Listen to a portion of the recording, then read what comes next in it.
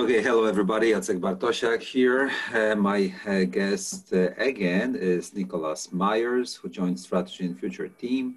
And we are going today to continue the discussion about the strategic situation of the Baltic states, Poland, and the NATO eastern flank. Hi, Nick.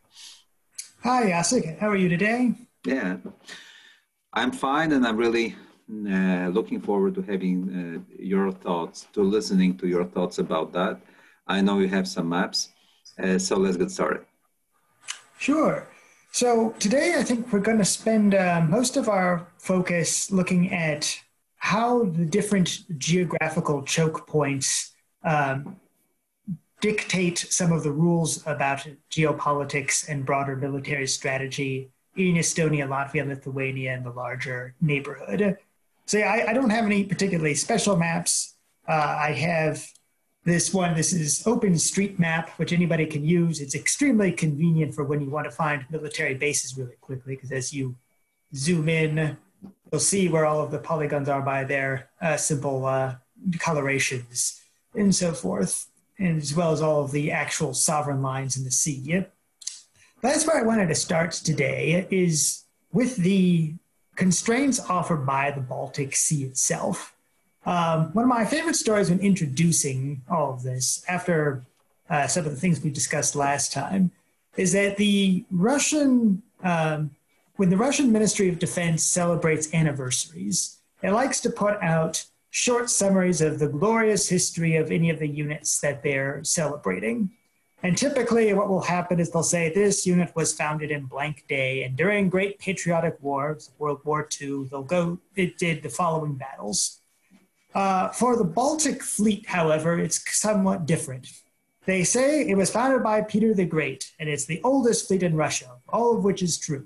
And then it defeated the Swedish Navy, I think, 15 years later in 1710 something, in the Great Northern War. And then it skips all the way to like 2015, when they start talking about most recent upgrades to the unit. All the modernization going on in the Baltic Fleet, because the Baltic Fleet has a glorious history of getting trapped or sailing around the world and getting sunk. So it's a very difficult place to operate heroically. In both world wars, it wasn't that it didn't do anything. It was just that the Germans had it completely trapped, and so it had no larger strategic role.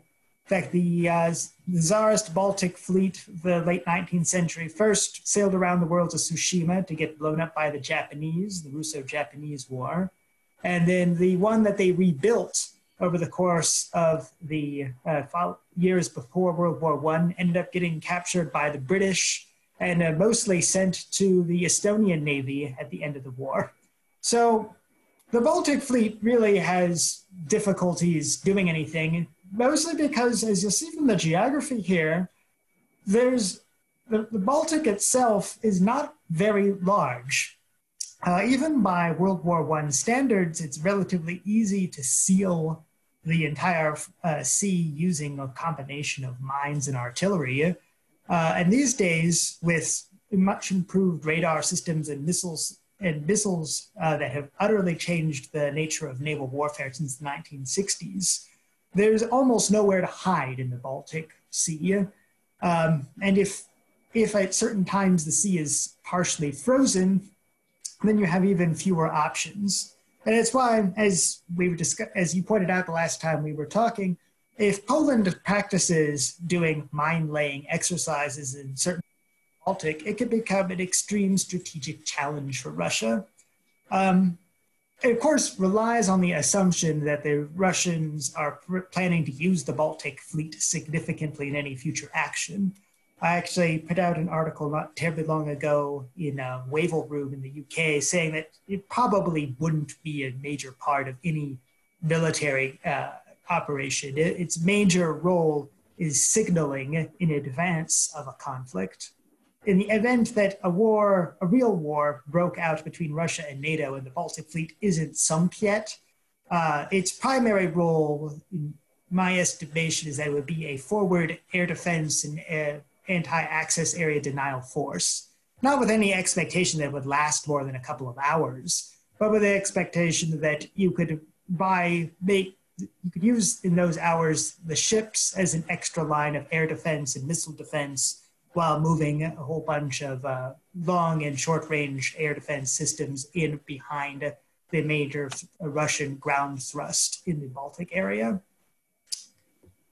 Any questions on that so far? Yeah, questions, comments, I just wonder how long we want to hover over this thing, because it seems obvious, and it works both ways, by the way, because if you blockade the Danish Straits or lay the minefield, or have some good anti-access air denial capabilities, then it's also a major choke point against the Western navies that would try to help the Balts or Poles. And it's not only the Danish Straits, and the Bornholm shallows is another thing, because actually you can't get north of the Bornholm. You need to go south, which is close to the Kosovo, and you can easily, set up a defensive perimeter by the Russian fleet to blockade any convoying and escorting any line of communication from the Northern Sea towards the Polish coast or the Baltic countries coast, the Gulf of Riga, and so on. So it works both ways. It has just become a lake, and the land-based systems dominate over the naval systems. And this is a lesson that we, especially Poles, should listen to, because sometimes our politicians rely heavily on the idea that, first of all, we should procure a robust navy, because we have the interest in the sea, and we need to have the open lines of communications with our allies in the West. And also that the U.S. Navy is so powerful that it will make its way through and send 3, cruisers and 1 aircraft battle group into the Baltic states, dominating the skies over the Baltic states, which is a complete nonsense. And Strategy and Future, we've been fighting this idea heavily, because later on it bears on spending in the military. Yes, the logic does in fact cut both ways. In addition to the fact that it's easy to trap the Baltic Fleet, it's also relatively simple to use a combination of air and mine assets to completely close the Baltic to all sides.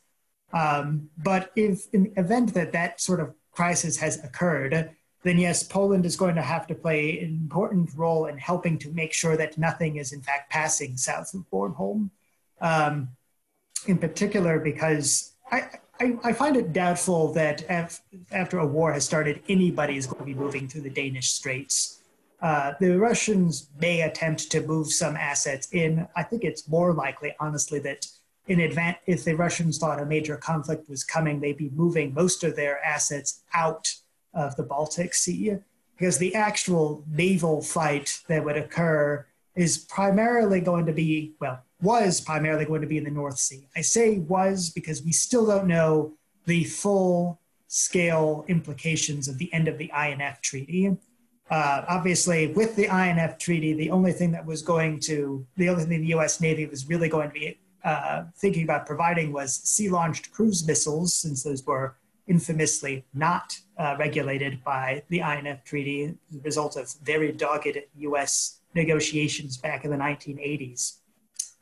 But with the INF Treaty gone, I think we should start to expect a lot more medium-range missiles in the next 5, perhaps fewer years on both sides, which will start to drastically change the rules again, in as much as where navies can operate. Because if we're now living in a world in which coastal missiles can extend a very long range, then perhaps we don't even need aviation anymore. Perhaps it will just be Kaliningrad that can seal off the Danish Straits without, unless they're suppressed by air.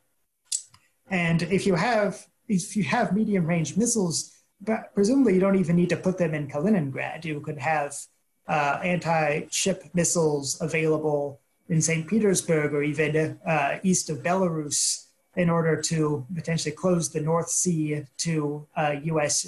and other NATO naval traffic using Tomahawk missiles to suppress the air defense further in to the sea, further in within the Estonian, Latvian, Lithuanian theater. It's going to create an increasingly wide-ranged scale of options that really makes conflict in the Baltic Sea itself much more conditioned by the scenario going on. And unfortunately, scenario is one of the most difficult things to imagine because military people tend to think exclusively in terms of a war has already started and not really in terms of the diplomacy going on in advance. But that I think is the first major choke point to understand here, is that if there was a major conflict in the Baltic region, then I think the entire sea is going to be assumed to be a no-go area. And while the US Navy will be participating in the fight to get missile assets into a range from Estonia, Latvia, Lithuania, and Poland, I find it extremely doubtful that there would be any surface or submarine presence inside the Baltic Sea. I think surface presence inside the North Sea is going to be very difficult once the INF Treaty is thoroughly washed away. And that's just going to completely change some of the assumptions we have about security in Europe. So we need to start improving missile capabilities for virtually everyone, since there's now no rules. Yeah, Nick, if I may, it's very important what you have just stated, and this is the message that we should also digest properly. We will get back to that in terms of the land-based long range, or at least medium range missiles for our own. But what you just stated also has an implication for the following thesis. We have multiple islands, bigger and smaller, in the Baltic states. So if the naval presence is not of primary importance, and sometimes the little detachments of paratroopers or special operational forces may operate under the threshold of new generation warfare, and I think that compels Poland and other NATO countries, and including Sweden, which is not a NATO country, to preventively and proactively think about Bornholm, Gotland, Åland, Saaremaa, Huma, and the tiny islands in the Gulf of Bothnia. I think Botnicka Zatoka in Polish, because then we will completely control everything that is going on. And on the opposite side, if the Russians manage to seize those islands 5 minutes before the war breaks out, we are in a very disadvantaged position. And so that makes us think preventively and proactively, not reactively, as we have been thinking so far about that development. What is your take on that? So I've heard this argument many times, and I think you're right for not the primary purpose of literal island control. This is something that drives me even crazier about the South China Sea debate. The issue here is that if you control the islands, even for only a couple of hours, with certain missile systems deployed on them, it's not that the United States can't defeat them. It's not Poland could defeat them with the Polish Air Force as it currently is, just sends some F-16s out to take them down. The issue is it gives you multiple hours in which that has to be the mission, because at the start of a conflict, there's not going to be that many forces available inside of Estonia, Latvia, and Lithuania to stop a Russian advance. And if we're spending those couple of hours trying to take out Russian positions that will probably require some intelligence gathering on Gotland, Bornholm, Saaremaa, Huma, Åland, wherever they end up being, then this is going to eat up valuable time that we are not really supporting the main thrust of the fight. So as a result, being able to secure the islands is especially important. However, when we're talking about these islands in general, we do need to break them into two different categories here. Saaremaa, Huma, and Bornholm are all part of NATO territory. Therefore, if Russia lands on them, it doesn't really change the geostrategic nature of the fight that's anticipated, because however cohesive NATO is in a future conflict, Denmark and Estonia are two very strong allies against Russia inside of a Baltic scenario. So it's not going to affect them very much. Gotland and Åland are not technically within NATO and would provide a certain amount of legitimacy towards using European Union defense commitments within the Lisbon Treaty to potentially expand the fight further. I think the Russians are quite familiar with this. Now, nobody's claiming that that Sweden and Finland are somehow pro-Russian or else dying to be neutral in some sort of fight. The Swedes in particular have been very overt about the fact that they are not neutral, they're just not a part of NATO. And we can, I think, plausibly expect that even if the Swedes cannot commit to providing kinetic forces in a conflict due to whatever political pressures they may be under, they will be, at the very least, not raise a serious objection to, say, their airspace being used by various aircraft coming from the UK or other potential uses of their territory in the fight. Nevertheless, if Russia decides to attack Åland or Gotland, just to land forces and continue the extension of the fight away from Estonia, Latvia, and Lithuania, I think that this means that Russia should be assuming that Finland and Sweden are going to war with it. And I don't know how much we still know, how much all of Europe is still aware, but the Finnish military did not stand down at the end of the Cold War. The Swedes did. The Swedes had a huge air force and now it pretty much doesn't exist. But the Finns have a massive army, and the Russians have, if I remember correctly, only 2 brigades properly facing the entire Finnish border. So and one of those 2 brigades, I strongly suspect, would be involved in the fight in Estonia if they were really trying something elsewhere. So the Russians are not prepared to face down the Finns without doing a massive movement of forces. There's talk that during Zapad 2017, during Zapad 2017, the Second Army from the Central Military District was specifically deployed to reinforce Karelia and the border of St. Petersburg and Finland. The Karelia is the region in the northeast of this map here, which some Finns claim as lost territory from the Winter War, in the War of Continuation in the 1940s. And then the area directly north of St. Petersburg, which historically is also Finnish, like Viborg and so forth, where Nord Stream 2 is actually rooted at Viborg. That the Second Army was moved over there to address this contingency, which seems reasonable, except that you would probably want, if you are the Russian general staff, you probably want the Second Army available for being the second echelon after the First Guards Tank Army is used against Poland elsewhere. I don't think the First Guards Tank Army is strong enough to be a good offensive force. I doubt it will be in any fighting capability to hold ground without additional conventional reinforcements, unless Russia is planning to go nuclear relatively early, which perhaps it is, or at least nuclear threats.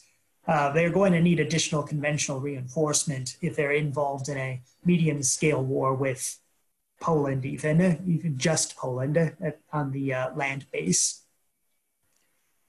But those are some of the strategic restrictions on these islands.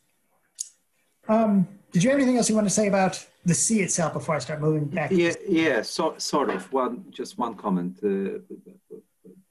As our audience can see, the huge body of Sweden is hanging over the whole Baltic theater. So even if the U.S. forces, naval forces, are in the Northern Atlantic or the Northern Sea, and if they want to fly the missions, they need to actually fly over Sweden. And that puts Sweden in the pivot position, whether, actually it's an act of war if you let those fighters fly over your head against the Russian targets. And that puts Sweden in a pivotal position to make a decision whether it joins the war. And that creates for Poland a critical decision that Sweden is a key ally if anything happens here.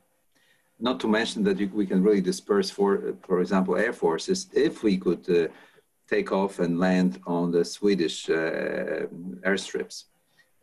creating, multiple targets for Russians and so on and so forth.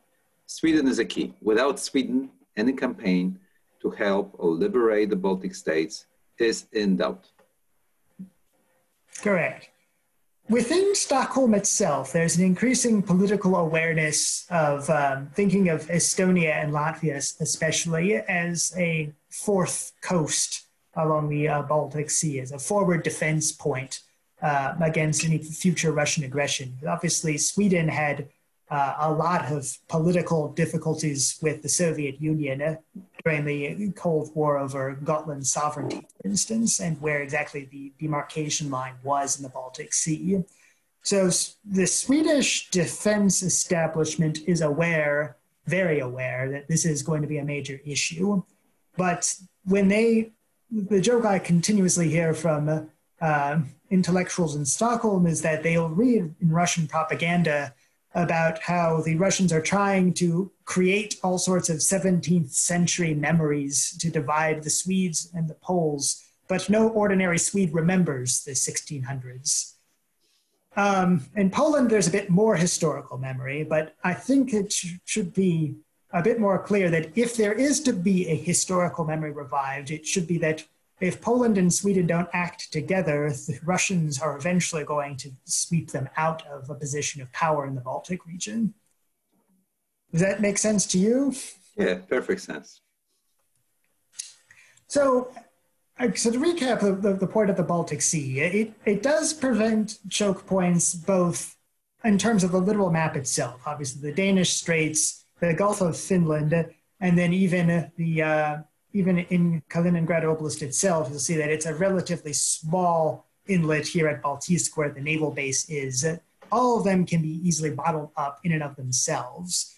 But ones where, under the assumption that a general war is occurring, the strangleholds are considerably larger, namely that we're probably not going to see much of any naval movement going on within the sea, which means that if there is going to be island seizures, they really do need to occur right at the beginning of the conflict. And indeed, it doesn't make much sense to do them midway through, since they're largely intended to be distractions. That on the western side is going to require the ability to rapidly deploy there. Not nearly on the scale of Reforger from the Soviet era, but something similar that if we perceive a crisis happening, there will be contingencies to rapidly move, even at most just a brigade's level of forces onto these individual islands should be more than sufficient to stop any Russian attack. You probably would even need less, but you do need something. Now, as I was discussing in our last talk, one of the key differentiating points between Poland and Estonia, Latvia, and Lithuania, and it applies also to northern Poland, like at Jacek's house in the Masurian Lakes, because of the geological differences in the history from the last ice age, the terrain is quite different. But it also means that there is a different preference in timing for an attack during old-style conflict eras. So if we were going back to the 1930s and 1940s, the ideal time in which you would want to launch a land offensive against Estonia, Latvia, and Lithuania is actually during the winter time, because a number of the prehistoric lakes that the last ice age left behind within the Baltic region freeze over during the winter season and enable much greater freedom of maneuver across a broad area. Whereas in Poland, generally it's much better to attack in the summer if you're going through there, even more so in Ukraine, because the rivers will be considerably down, the floodplains will be dry, and there's far fewer impediments to mobility. That just creates a standard issue problem for assuming a future war is only going to last at most about 2 weeks before everybody runs out of ammunition of shooting at a very high velocity as would be expected in a Russia-NATO conflict. It leads me to suspect that Russia really doesn't want to fight a war that has an offensive objective against both Poland and Estonia, Latvia, and Lithuania at the same time. If they're going to pull this off, it's going to be by far easier to try to have an offensive military objective against only one of those two sets. So again, this is one of those things that needs to be remembered in Warsaw, that if pressure is being pushed against Estonia, Latvia, and Lithuania, if Warsaw communicates that it is going to invariably intervene in this conflict, to the point that Russia needs to use the plan for the First Guards Tank Army to be almost wholly committed to the front against Warsaw itself, then it's going to be quite difficult for it to have a terrain advantage in both sections of the theater, because at any point in the year, it's going to be 1 month in one season. You can't have the advantages of both. But most famously, obviously, Lake Peipus used to freeze over almost every year, and then in the 12th century, I think it was, I may be misremembering, the famous Battle of the Ice occurred out there between Alexander Nevsky. 13, I think 13. 13, I think, but I don't remember it. You're probably more accurate than I am. So the famous battle between Alexander Nevsky and the German knights occurs in the middle of the lake, and of course the lake eventually cracks and swallows them up for all you Eisenstein fans out there. Yeah. We also see during the Second World War that the rates of advance of the Soviet forces inside of Estonia, Latvia, and Lithuania is much, much faster during the winter than otherwise. And many, I wouldn't call them catastrophes, but many of the political difficulties that Stalin has with some of the generals in the region emerge from the fact that Stalin starts setting objectives in the spring, and then the generals are trying to follow the major roads or else moving between the major roads to get to those objectives. But since everything is thawing and it's a giant mess and they don't know where the logistic networks properly are, they get bogged down at various points and creates their own political demise. So most famously in Latvia, where at a certain point Stalin said the front line is roughly around Valmiera. At a certain point, Stalin says we need to get to Riga in a couple of weeks. And what ends up occurring is that they can't move through the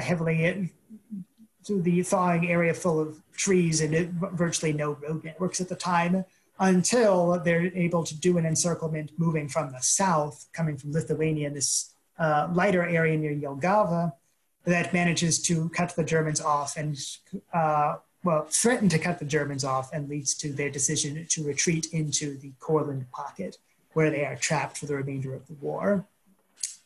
And it's that basic element that dictates war on the ground in Estonia, Latvia, and Lithuania. If you just look at it from a topographical perspective, it's fairly flat, and there's a decent number of areas to move between different sections of the theater. But a lot of subregions are filled, especially in Estonia, are filled with evergreen trees that make it extremely difficult to do any off-road operations. And this also goes for the eastern portion of Lithuania. The problematic part, as we were discussing last time, is this area directly southeast of Vilnius, between Vilnius and Minsk. I call it the Medininkai Gap, though it's not necessary. I don't think that's it. I checked it after our last conversation. I don't know if it was the one that we recorded or only between you and me. I've checked. This was really a highway for the move on the Smolensk Gate. It is true. Hey, if you just think back to the Napoleonic War, Napoleon crosses the Nebonis in what is now a suburb of Kovno, Kaunas, on the southern side there. They immediately advance along the line of the main Lithuanian highway, and then Napoleon famously establishes his base in Vilno, waiting for news of what does the Tsar want to do. When he receives nothing, he then advances along to Minsk, and then eastward onto Smolensk, and continues up basically the line of the major road here. So With the exception of that gap directly southeast of Vilnius, the remainder of the eastern border of Lithuania is fairly heavily forested and quite difficult to move off-road simply because of the large quantity of trees. Obviously, in a previous era, you would deal with this with infantry if you needed to, but in a mechanized era, where we're talking mass movements in a very fast period of time, and even if you don't need to be deployed on infantry fighting vehicles and main battle tanks to move across, you do require a truck to move your infantry rapidly enough.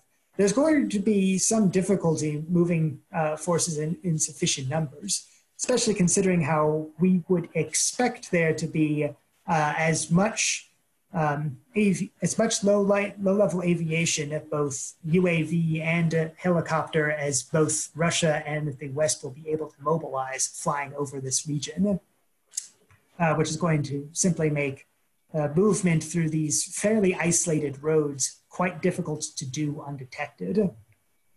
However, if we're looking at a lot of the regions, if we're looking at most of Lithuania west of this region, west of this particular hill region, and indeed most of the southern half of Estonia, it's relatively open.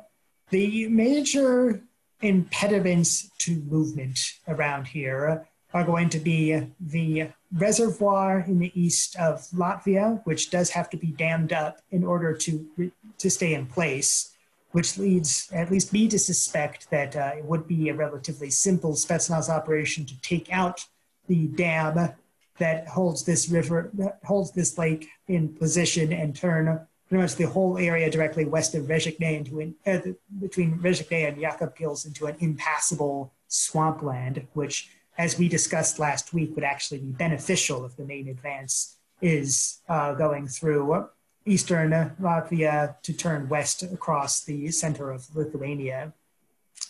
Though, interestingly, in Latvia, the first time I heard about this, I was hearing it from a Latvian expert saying that, no, we would want to destroy the dam from the Latvian perspective in order to prevent an advance from Daugavpils towards Riga, which I said, read your Second World War history a bit closer. So we have the fact that, especially in Latvia, there's a lot of these swampy areas that are being artificially contained, as well as just a number of areas where the water table is relatively high, again, as a legacy of the last ice age that makes movement with heavy equipment very difficult and creates some extreme logistical problems. The other curiosity, and I think you may have referenced this as well in our last conversation that I would point out, and the Latvians are working to fix this, is that Adelge, the main base that the Latvians have, where, among other things, the Polish commitment to Operation Atlantic Resolve is based, has two bridges that serve as the only way that you can potentially get between the polygon and the base and Riga. And if we don't think that those are Spetsnaz targets, then we're clearly not thinking hard enough. I won't point out specifically where they are on the map, but it's not, this is something that's widely discussed in Latvia, which is why we need to do whatever possible so that they can reopen any other base in order to maintain something somewhere that can survive a very elementary Spetsnaz attack and potentially cut access between the Latvian and Allied forces and Riga for at least a couple of hours at the very beginning of the conflict. If we look at the other dispositions of the different of Latvia, Lithuania, and Estonia, there's no other problem that even comes close to that level of potential constraint. Though we do run into a couple of potential issues in terms of just how sparse some of the road networks are. In particular, the Lithuanian-Polish border, the so-called Suwałki corridor, though it's not necessarily a major target for Russian conventional occupation, because there's just the roads there, there's only two main highways and one rail link going between them. It's not terribly difficult to imagine that, especially in a world in which, with lack of arms control, we have longer range air-to-surface missiles, the Russians would not be trying to do some sort of purely air interdiction to stop logistical movement through the area. And even if we could get a decent amount of short-range air defense into that region, which would be useful against potential UAV problems, not only is it not really cost efficient, but there's just too many options for closing this up simply due to a lack of infrastructure. So I do think it would be to everyone's interest to, at very least, improve the two roads that go across the border and probably come up with a variety of different service avenues as alternatives as well. Which might be difficult, because the one more to the east is very, very narrow. The map doesn't show that, but there is a lot of forest there and little groves, and it's a narrow access. And with hilly terrain on both sides, a lot of lakes and water barriers, and the fields, ditches. It's not an easy thing to maneuver and get, just dispersed, for example, if attacked or under artillery fire. Because what you're just implying, Nicholas, is that the Russians will not have to put forces there, just they can maneuver against us with indirect fire. And actually they can encircle us with indirect fire or blockade with indirect fire, which will be lethal enough just to really stop providing the main line of communication. The road westwards is better, but still it has a lot of deficiencies and shortcomings. And especially once you cross the border, its left flank of maneuver is fully open for any action from Kaliningrad. It's a flat terrain, as flat as a pancake. It's just you can use your armor forces as you wish, not to mention artillery and direct fire. And if you imagine, loads of trucks and lines of trucks bringing the, logistics to the front line near the Nemunas or even further up north to Riga, you can imagine what may happen if politically and militarily the issue of Kaliningrad is not addressed properly prior to any hostilities. So that we have manual number 1, war plan number 2, and have the scenarios how our military is going to behave if fired upon, if attacked from the west, near Mariupol or Kalvaria.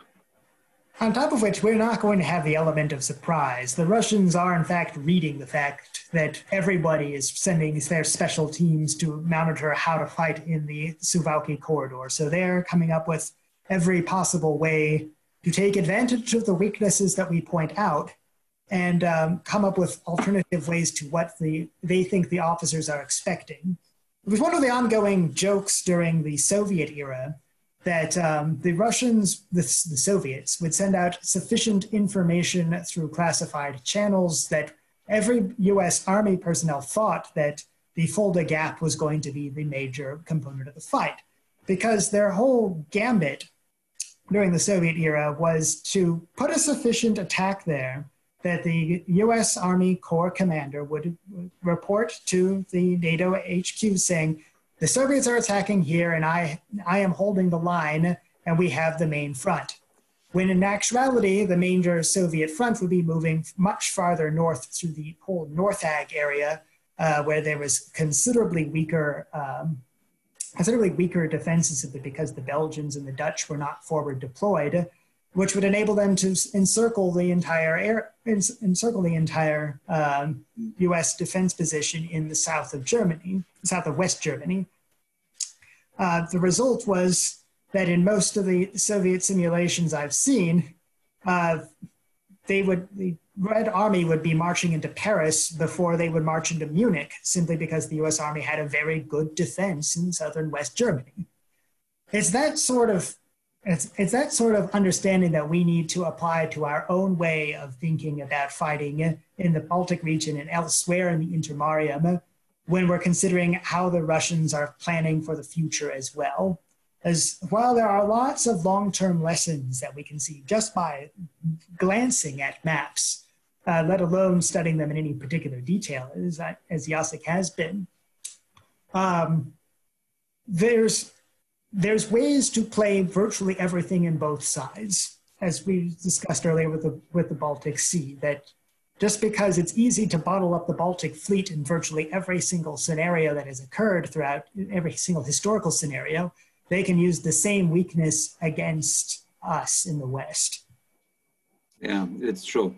Nicholas, unfortunately, we need to wrap up now.